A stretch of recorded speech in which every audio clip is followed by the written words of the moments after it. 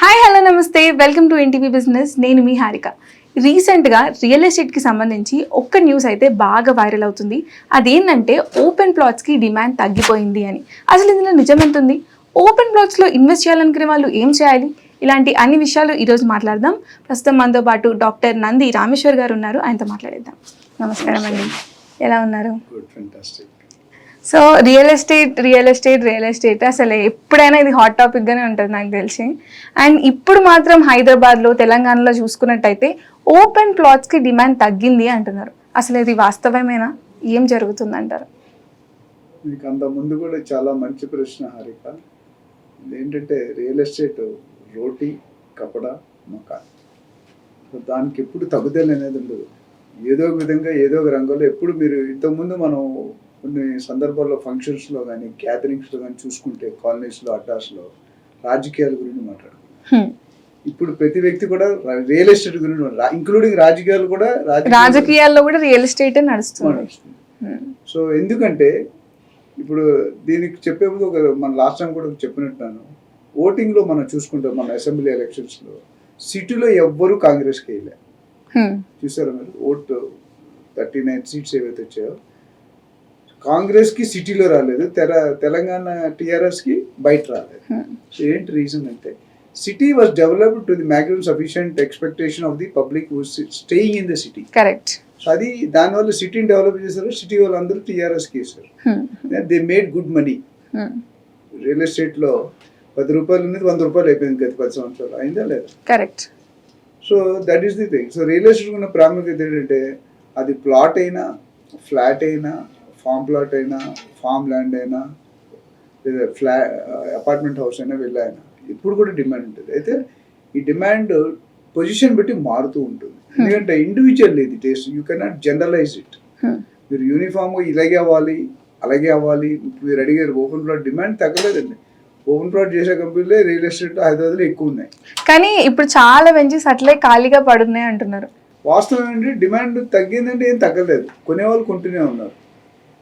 Yes, there can be 10-15% correction here and there, but కంప్లీట్గా open plot. ఎందుకంటే farm plot మీరు అన్నారు, first జనాలకి ఓపెన్ ప్లాట్కి ఫామ్ ప్లాట్కి తేడా ఏంటో తెలియాలి. అట్లానే ఫామ్ ప్లాట్కి ఫామ్ ల్యాండ్కి తేడా ఏంటో తెలియాలి. అక్కడ పబ్లిక్ ఈజ్ బీయింగ్ చీటెడ్. ఎట్లా అంటే ఫామ్ ప్లాట్ని ఓపెన్ ప్లాట్ కింద అమ్మేస్తున్నారు. Because the buyer does not know what is the difference between farm land, farm plot and open plot. Open plot అనేది R1, R2, R3 జోన్స్ వస్తుంది. తర్వాత 4 convert agriculture land convert చేసి construction చేసుకోవచ్చు. R1, R2, R3, R4 అది ఎప్పుడైనా సపరేట్గా మాట్లాడదాం. So అక్కడ ఏంటంటే మీరు 5 ఫ్లోర్స్ పెట్టుకోవచ్చు, ల్యాండ్ 10 ఫ్లోర్స్ పెట్టుకోవచ్చు. 30 కోకాపేట 100 కోట్లు అంటే 60 ఫ్లోర్లు, 70 ఫ్లోర్లు, అన్లిమిటెడ్ ఎఫ్ఎస్ఐ. కానీ ఫామ్ ప్లాట్లో అట్లా ఉండదు, ఓన్లీ 10%. 111 మనం చూసాం. కరెక్ట్. Not much. ఎందుకంటే ఇట్ కెనాట్ బి అలౌడ్. అది వాటర్ ప్రూఫ్ ఏరియా. 111 అంటే conservation, bio conservation zone. So ఈ ఫామ్ ప్లాట్ ఏంటంటే ఇట్స్ రిసార్ట్ అంటే వీకెండ్ హోమ్ అంటాం. 10% వరకే కన్స్ట్రక్షన్ చేసుకోవాలి. ఫామ్ హౌస్ అంటే 1000 గజాలు ఉంటే మీరు 100 గజాల్లోనే కట్టుకోవాలి. Single bed. ఒకటి వారానికి 10 రోజులకు 15 రోజులు ఒకసారి వెళ్తారు ఫ్యామిలీతో, పిల్లలతో టైం స్పెండ్ చేసి వాళ్ళ ఓన్ కూరగాయలు పండించుకొని, వాళ్ళ ఓన్ పువ్వులు, పళ్ళు, swimming pool, table tennis, shuttle, కొన్ని ఎమ్యూనిటీస్ పెట్టుకుని అదే మనం రిసార్ట్కి వెళ్ళాం మంచిగా 10,000 లెక్క అవుతుంది. అది ఖర్చు అవాయిడ్ చేయడానికి ఇది ఫ్యాషన్, ఇది western culture. Basically farm concept అనేది వెస్ట్రన్ కల్చర్. స్లోగా మనం మన కల్చర్ వాళ్ళు తీసుకుని వాళ్ళు ఏంటి, మన దుబాయ్లో మంచి పెద్ద గుడి కట్టారు, అమెరికాలో గుళ్ళు కడుతున్నారు, అమెరికా వాళ్ళు చీరలు కడుతున్నారు. మనం ఏం చేస్తామో నీకు తెలిసి నేను చెప్పక్కర్లేదు. సో ఇక్కడ ఏంటంటే ఓపెన్ ప్లాట్ అనేది గజాల్లోకి అమ్ముతారు, విచ్ ఇస్ బిట్ కాస్ట్లియర్. జనాలు పబ్లిక్ బయర్స్కి తెలుసుకోవాల్సింది. రెండోది ఫామ్ ప్లాట్ అనేది గుంటాస్ లెక్క అమ్మాలి. ఒక గుంట అంటే 121 గజాలు, 40 గుంటలు అంటే 1 ఏకర్, అయితే 100 సెంట్స్ అయితే 1 ఏకర్. ఫామ్ ల్యాండ్ అనేది pure agriculture land. It is to be sold in acres. So acres, guntas, square yards. But అది జరగట్లేదు వాస్తవానికి. అట్లనే చేస్తున్నారు, కొన్ని మేనేజ్ చేస్తున్నారు, కొన్ని ఇదని చెప్పి అది అమ్ముతున్నారు, అదని చెప్పి. ఎందుకంటే ఫామ్ ప్లాట్స్ అనేది జనరల్గా రిటర్న్స్ కోసం అంత ఎక్స్పెక్టెడ్ కాదు. అంటే ఇప్పుడు ఒక బయ్యర్ అంటే బయ్యర్ పర్స్పెక్టివ్ గా ఆలోచిస్తే ఇప్పుడు ఓపెన్ ప్లాట్స్ లో ఇన్వెస్ట్ చేయడం బెస్ట్ అంటారా, ఫామ్ ప్లాట్స్ లో ఇన్వెస్ట్ చేయడం బెస్ట్ అంటారా? రెండు మంచి, it depends upon your purpose. ఇప్పుడు మీకు వీకెండ్గా ఎంజాయ్ చేయాలి అని అనుకున్నప్పుడు you will not go for open plot. మీకు ఆల్రెడీ ఉండడానికి ఇల్లు ఉంది. ఇప్పుడు నాకు బంజారా హిల్స్లో హౌస్ ఉంది, మీకు జూబ్లీ హిల్స్లో హౌస్ ఉంది. So primary need is taken care of. So అది మీ దగ్గర స్పేర్ మనీ ఉంది, మంచి జీతాలు వస్తాయి, మంచి ఇంక్రిమెంట్ వచ్చింది, మంచి promotion, you have spare money and you are a guy who wants to enjoy the life. వీకెండ్కి ఒకసారి 2 వారాలకు ఒకసారి, then you will definitely think of putting a farm plot or farmland where you will have a small construction of 500-600 square feet. And మీకు ఇష్టమైన, చాలా మందికి passion ఉంటుంది, నాకు రియల్ ఎస్టేట్ ప్యాషన్, మీకు anchoring passion, somebody else may have planting, అంటే మొక్కలు పెంచడం, నీళ్ళు పోయడం, అది ప్యాషన్. అది సో ఒక్కొక్కరికి ఆ ప్యాషన్ వాళ్ళు నాకు తెలిసిన చాలా మంది ఉన్నారు. నిన్న కూడా ఒక నా స్టేటస్లో ఫామ్ హౌస్ పెట్టాను, 4+ crores ఒక farm house 1/2 acre beautifully build. అంటే అది చూసిన తర్వాత నచ్చపోవడం అంటూ ఉండదు మీకు. So depending on the purpose, అంటే కన్వీనియన్స్ ప్రకారం ఇన్వెస్ట్ చేయడం. సో మీకు ఫామ్ ప్లాట్ కావాలనుకుంటే ఫామ్ ప్లాటే కొనుక్కుంటారు. ఫామ్ ప్లాట్ కావాల్సి ఓపెన్ ప్లాట్ లాభం వస్తుంది, ఓపెన్ ప్లాట్లో లాభం వస్తుంది. ఫామ్ ప్లాట్లో అంత ఓపెన్ ప్లాట్ ఏంటంటే యూసేజ్, యువర్ ఎండ్ కన్జంప్షన్ బట్టి ఆధారపడింది. మీరు సొంతంగా ఇలా ఎంజాయ్ చేయాలనుకుంటే రిటర్న్స్ కోసం చూడరు. కానీ కొంతమంది రిటర్న్స్, మనం లాస్ట్ టైం టైప్స్ ఆఫ్ ఇన్వెస్ట్మెంట్స్లో 4 రకాలు మాట్లాడుకున్నాం. సో రిటర్న్స్ కోసం చూసేవాడు ఓపెన్ ప్లాట్లో పెట్టాడు. ఓపెన్ ప్లాట్లో పెడితే బెనిఫిట్ ఏంటంటే మీకు హెచ్ఎండిఏ లిమిట్స్లో కానీ లేదా డిటీసీపీ లిమిట్స్లో కానీ ఒక 5 to 6 years డబుల్ అవుతుంది. మీరు ₹1 కోటి పెడితే 2 కోట్లు ఈజీగా అవుతుంది. లాస్ట్ 10 years స్ట్రాటజీ మన ఓపెన్ ప్లాట్స్లో అయితే. ఓపెన్ ప్లాట్స్ అదే ఫ్లాట్లో మీరు తర్వాత అడుగుతాం, ఫ్లాట్లో అవ్వదు. Independent because land portion is lesser. So మీరు లాస్ట్ 10 years స్టాటిస్టిక్స్ చూస్తే కనుక ఆల్మోస్ట్ 10 yearsలో 4 to 5 times అయింది ఓపెన్ ప్లాట్స్ అయితే. ఓపెన్ ప్లాట్స్ అయితే. సో ఇప్పుడు కూడా ఎవరైనా ఇన్వెస్ట్ చేయాలి అనుకుంటే ఓపెన్ ప్లాట్స్ లో ప్రస్తుతం హైదరాబాద్ లో ఎటు సైడ్ బెస్ట్ అంటారు? అంటే డైరెక్షన్ పరంగా చూసుకుంటే నార్త్, సౌత్, ఈస్ట్, వెస్ట్. ఇది $1 billion క్వశ్చన్. ఎందుకంటే ప్రతి ఒక్కడు వాళ్ళ ఇండివిజువల్ పర్సెప్షన్ ఉంటుంది. మీరు స్వీట్ షాప్కి వెళ్ళి ఏ స్వీట్ బాగుందంటే ఏం చెప్తాడు? కానీ రియల్ ఎస్టేట్ లో స్వీట్ బాగున్నాయి అంటాడు ఆన్సర్. కానీ 2 రోజులు 3 రోజులు ఓల్డ్ ఉంటాయి, ఫ్రెష్గా వచ్చిన కొన్ని ఉంటాయి, అది అండర్స్టూడ్. సో మీరు అడిగే క్వశ్చన్ పబ్లిక్ ఇంట్రెస్ట్ మీరు బాగా రీసెర్చ్ చేసి అడుగుతున్నట్టున్నారు. యాంకర్స్ దగ్గర మాట్లాడాలంటే మధ్యలో భయం, ముందుకెళ్తే పోయి అన్న క్వశ్చన్. సో నేనేమంటానంటే అన్ని ల్యాండ్స్ అన్ని ఏరియాస్ మంచిది. బట్ టిపికల్గా పాత గవర్నమెంట్కి కొత్త గవర్నమెంట్కి తేడా ఏంటంటే, పాత గవర్నమెంట్ అనేది ఒక స్పెసిఫిక్ జోన్లో స్పెసిఫిక్ ఏరియాలో ఫోకస్ చేశారు. ఎందుకు? దానికి అనేకమైన రీజన్స్ ఉన్నాయి. ఇన్ఫ్రాస్ట్రక్చర్ కానీ, ఫ్లైఓవర్స్ కానీ, యూటిలిటీస్ అక్కడ ఎక్కువ ఉన్నాయి. ఐటీ క్రౌడ్ ఎక్కడుంది హైదరాబాద్లో అంటే నానక్రామ్ కూడా గచ్చిబౌలి అటే ఉంటుంది. సో 50 lakhs కూడా ఇచ్చింది జస్ట్ ఫర్ పబ్లిక్ అవేర్నెస్. 50 లక్షల మంది ఇండియాలో ఐటీ ఎంప్లాయీస్ ఉన్నారు. ఇండియా 10-11 లక్షలు హైదరాబాద్లో ఉన్నారు, 10-11 లక్షలు బెంగళూరులో ఉన్నారు. మిగతా 28 లక్షలు మొత్తం ఓవరాల్ ఇండియాలో. అంటే హౌ మచ్ కాన్సన్ట్రేటెడ్ వీఆర్. ఒకప్పుడు బెంగళూరు మనకంట డామినేటింగ్ ఉండేది. ఇప్పుడు మనం పాపులేషన్ ఎట్లా బీట్ చేసాం అందరినీ అన్నిట్లో బీట్ చేస్తాం. So IT employees. సో ఈ 10-11 లక్షల మంది ఒకే దగ్గర ఉండడం వల్ల అఫోర్డబిలిటీ పెరిగింది, బయింగ్ కెపాసిటీ పెరిగింది, జీడిపి పెరిగింది, ఇన్కమ్స్ పెరిగాయి. వైఫ్ 2 లక్షలు అయితే మినిమం వస్తుంది. 2 లక్షలు వస్తే ఏం చేయాలి? 50 ఒక ఫ్లాట్ కొని ఈఎంఐ కట్టేస్తుంది, అది ఒక ప్లాట్ కొని ఈఎంఐ కట్టేస్తుంది. సో రిక్వైర్మెంట్ అనేది ఇప్పుడు ఫోకస్ షిఫ్ట్ అయింది.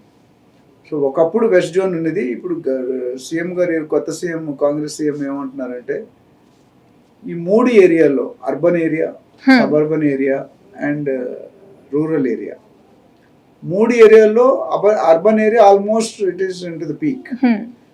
శంకరపల్లి కానీ, మోకుల కానీ, తెల్లాపూర్ కానీ, కొల్లూరు, ఇవన్నీ కూడా మీకు కోకాపేట కానీ, నార్సింగ్, ఇవన్నీ కూడా. ఇప్పుడు నల్గొండ ఒక ఏరియాలో ఒక బిల్డర్, ఒకే బిల్డర్ వరుసగా 1/2 కిలోమీటర్ 50,000 ఫ్లాట్లు చేశారు. ఒకటే బిల్డర్. మీడియా కాబట్టి I don't want to promote the name.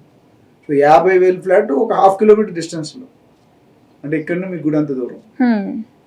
50,000 అంటే ఎంతమంది అమ్మా? అంటే 2,50,000 మంది అక్కడ స్టే చేస్తారు. పర్టికులర్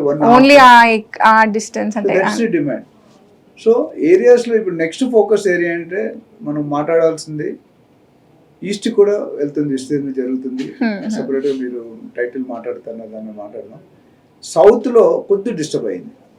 సౌత్ అంటే మీకు తుక్కుగూడ, ముచ్చర్ల, కందుకూరు, శ్రీశైలం హైవే, అమంగల్, కడతాలు, ఇవన్నీ కూడా సౌత్.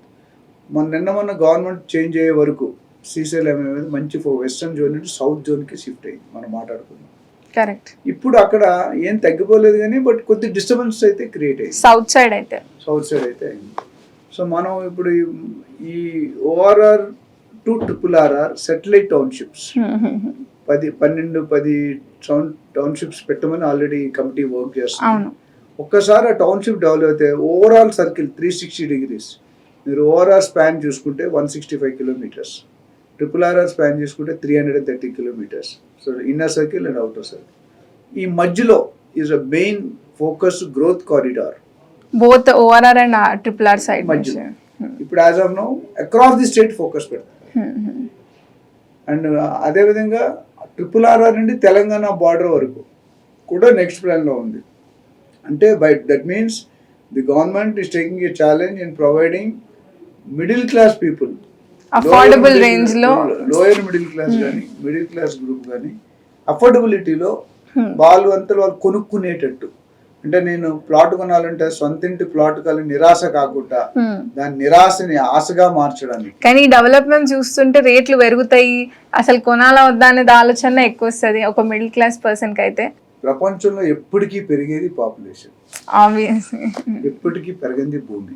మీరు చిన్నపిల్లగా 20 years 30 years బ్యాక్ ఎంత ఉన్నారు, అప్పుడు ల్యాండ్ అంతే ఉంది, ఇప్పుడు ల్యాండ్ అంతే ఉంది. బట్ పాపులేషన్ అయిపోయినా ఓల్డ్ అయిపోయినా అప్పుడు కూడా అంతే ఉంది. అంటే మరి డిమాండ్ పెరుగుతుంది. What is happening? అంతమంది ఇంత లిటరసీ లేదు, ఇన్ని ఐటీ కంపెనీలు లేవు, ఇన్ని పెద్ద కంపెనీలు లేవు, ఇంత ఇన్ఫ్రాస్ట్రక్చర్ లేవు, ఇంత రోడ్స్ లేవు.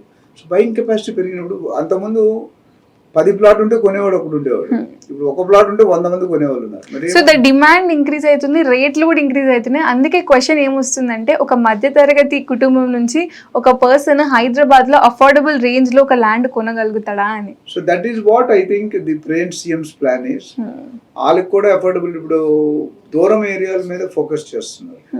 ఆ ఏరియాలో ఫోకస్ ఏంటి, అవైలబిలిటీ ఆఫ్ ప్రాపర్టీస్ మోర్ ఉంటాయి, అటు ప్లాట్స్ కానీ ఇటు ఫ్లాట్స్ కానీ అటు విల్లాస్ కానీ. Once availability is made more, automatically supply పెరిగినప్పుడు ఏమవుతుంది, డిమాండ్ తగ్గుతుంది, అంటే రేట్ తగ్గుతుంది. So ultimate win win situation to the public, అంటే గవర్నమెంట్ రెవెన్యూ జనరేషన్ చూసుకుంటే.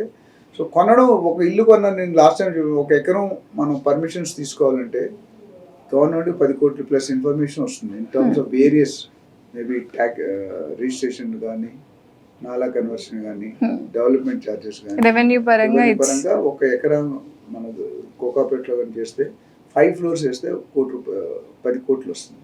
హై రైజ్ అంటే ఇంక ఎక్కువ వస్తుంది. That's the kind of income the government is surviving. మనకు తెలిసి majority portion of the budget మన real estate 60,000 to 70,000 crores both direct and indirect.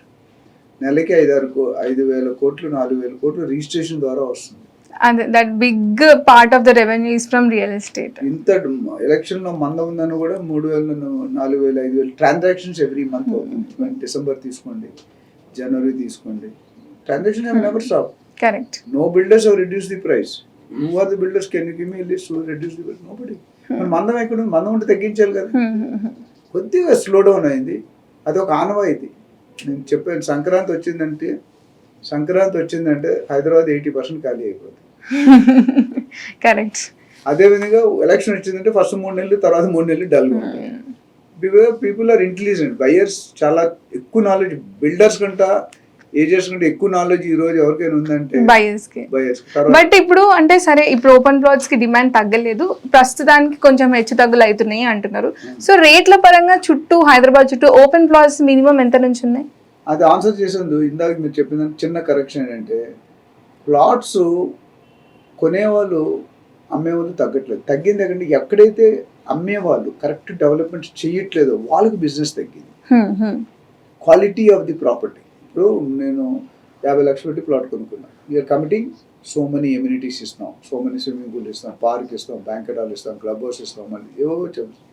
If you see 80% of the builders are not doing their job. Correct. Promise period time delivery kuda buyers mind shift అవుతుంది. Cost ఎక్కువ ఉంటే plot కొనుక్కుంటే cost ఎక్కువ. Farm plot is always cheaper than open plot, residential plot. So అక్కడ ఎవరైతే builders, నేను ఇప్పుడు కూడా మీకు ఎగ్జాంపుల్ ఇస్తాను. నేను మొన్న ముంబై హైవేకి వెళ్ళాను, ఒక కస్టమర్కి ఫారినర్ అంటే ఎన్ఆర్ఐకి అడ్వైజ్. ఒకటే road, main road, with in distance of 1/4 kilometer. ఒక ప్రాజెక్ట్ నుంచి 25,000 అమ్ముతున్నాడు గజం, ఇంకొక ప్రాజెక్ట్ 45,000 గజం అమ్ముతున్నాడు. రెండు main road based. Front and back end ఏమన్నా ఉందా? లేదు, రెండు ఒకటే లొకేషన్. Hmm. బిగ్ ప్రాజెక్ట్ ఒకటి 30-40 ప్రాజెక్ట్ 30-40 ఏకర్స్ రోడ్డుకి just walkable distance 500-400 meters. But 25,000 versus 45,000. Huge difference.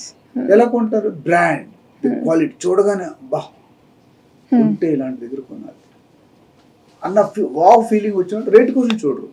So ఇక్కడ అదే రోడ్లో కొద్ది లోనికి వెళ్ళిపోతే మెయిన్ రోడ్ నుండి 2-3 kilometers 5 kilometers వెళ్తే మీకు 15,000 కూడా అవైలబిలిటీ ఉంది. Mumbai highway suppose to be one of the good location. Correct. దాని తర్వాత బెంగళూరు హైవే, అది మంచి లొకేషన్. సో నేనేమంటానంటే ప్లాట్ ఏ సెగ్మెంట్కి ఆ సెగ్మెంట్ బయర్స్ ఉంటారు. ఇప్పుడు మారుతి 800 కొనేవాళ్ళు ఉన్నారు, మారుతి ఆల్టో కొనేవాళ్ళు ఉంటారు, హోండా సిటీ కొనేవాడు ఉంటాడు, రోల్స్ రాయ్స్ కొనేవాడు. అంతమంది కార్లు తగ్గిందంటే లేదు. So depending on their convenience, their affordability, their taste, their ambition. ప్రతి ఒక్కరికి ఒక అంబిషన్ అనేది ఉంటుంది. నేను ఈ కార్ కొనుక్కోవాలి, ఈ ప్లాట్ కొనుక్కోవాలి, ఈ సైడ్ ఈ ఏరియాలో కొనుక్కోవాలి. సో కంపల్సరీ మీరు రేట్లు అడిగారు. రేట్లు అడిగినప్పుడు మనకి ఇప్పుడు యాజ్ ఆఫ్ నౌ సిటీకి 50-40 kilometers కొనలేము. Normal person cannot afford because గజం 35-40-50 మినిమం ఉంది. ఇప్పుడు మోకిలా, శంకరపల్లి మీరు వెళ్తే not less than 40,000-50,000 you have a land there. అదే మీరు ఈస్ట్కి వెళ్ళిపోయారు అనుకోండి, లేకపోతే నార్త్ జోన్ అంటే సుచిత్ర, కొంపల్లి, మేడ్చల్, తూప్రాన్ ఆ ఏరియాస్. అంటే ఈస్ట్ అనుకుంటే బీబీ నగర్, గట్టిగేశ్వర్, యాదగిరిగుట్ట, అక్కడ still the affordability is low, అంటే కొనుక్కోగలుగుతారు. వెస్ట్ జోన్ ఒకటే మనం కొనుక్కోలేకపోతున్నాం. బట్ వెస్ట్ జోన్లో కూడా కొన్ని ఏరియాలు ఇప్పుడు మీరు అటు చేవల్ల, ఇటు వికారాబాద్, అటు జహీరాబాద్, నిమ్స్ అని, స్పెషల్ ఎకనామిక్ జోన్స్ అని, పోలేపల్లి సెజ్, చందనవల్లి సెజ్ అని, ఇవన్నీ చాలా వచ్చినాయి. సో స్టిల్ అక్కడ 7-8 వేల నుండి 15,000 దొరుకుతున్నాయి రోడ్డుకి 5 kilometers దూరం. బట్ అక్కడ ఇక్కడ తేడా ఏంటంటే మెయిన్ రోడ్ సైడ్లో మీరు డిటిసి హెచ్ఎండిఏ ప్లాట్స్ కనుక వెళ్తే జనరల్గా it is between 25 to 30-35 in both Bengaluru highway and Mumbai highway. If you go 2-3 kilometers inside, అదే డిటిసి అనుకోండి 15,000, ఇంకా కొద్ది లోనికి వెళ్తే 10,000 కూడా దొరుకుతాయి, ఇంకా కొద్ది లోనికి వెళ్తే మీకు 7-8,000 కూడా దొరుకుతాయి. సో కరెక్ట్ గా మార్కెట్ అనాలిసిస్ చేసి చెక్ చేసి మన కన్వీనియన్స్, మన బడ్జెట్ ఏంటి, మన నేటివ్ ప్లేస్ పక్కన కావాలి. నిజామాబాద్ ఉంది, నిజామాబాద్ ఇక్కడ కొనుక్కోమంటే కొద్ది రిలాక్సేషన్. నిజామాబాద్ అని ఇటువైపు వస్తుంది, షామీర్పేట సైడ్. అట్లా యాదగిరి, వరంగల్ హైవే వేరు ఉంటుంది. ఇప్పుడు కొడంగల్ అనేది మన సీఎం గారి ఏరియా, అది డిఫరెంట్ ఉంది. సో ఒక్కొక్కరికి దే హ్యావ్, ముంబై సైడ్ ఉన్న వాళ్ళు, పూణే సైడ్ ఉన్న వాళ్ళు వేరే. So according to their convenience వాళ్ళు ఇక్కడ అన్ని రకాల బడ్జెట్స్ అవైలబుల్ అని చెప్పగలుగుతారు. Right 7-8,000 per yard to 50,000 1 lakh per yard వరకు కూడా. శంషాబాద్ మీకు 1 lakh to 1,50,000 నడుస్తుంది.